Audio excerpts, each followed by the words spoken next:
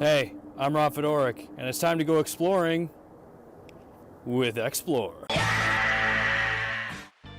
Hey everyone, welcome back to my channel. I'm Robert Fedoric. It is so good to have you here. His Excellency King James Neale has released a new version of Xplore, and it is my honor as the Duke and his Herald to show off some of its excellent new features. Feature 1, Embedded Release Notes. Just one click away after you open the app. Sweet! Now you don't have to watch the rest of this video.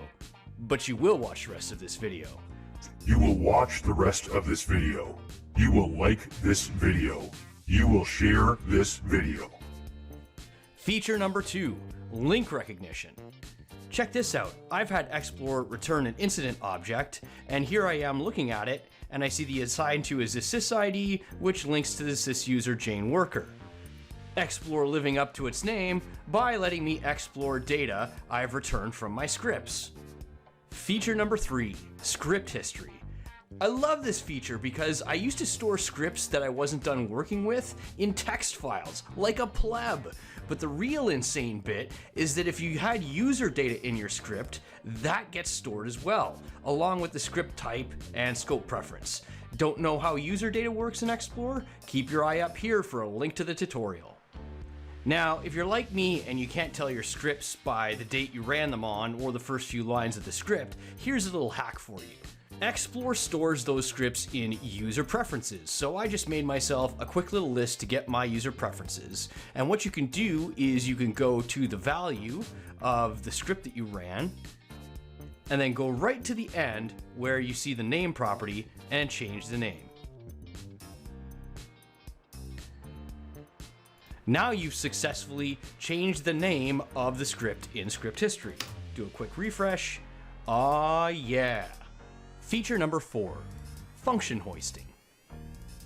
We're getting way into the realm of the master JavaScribe, but Xplore used to need you to declare all functions before you could call them.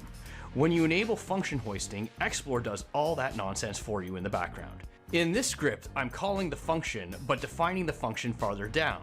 And it works perfectly. You can see that it's returned bar in the output.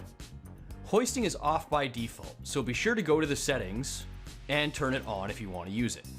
Feature 5, logs. Look, I've only got time to run Mickey Mouse scripts here, but when you're playing in the big leagues, your script can be putting stuff in the system log, the application log, or generating events, or emails, or outbound requests.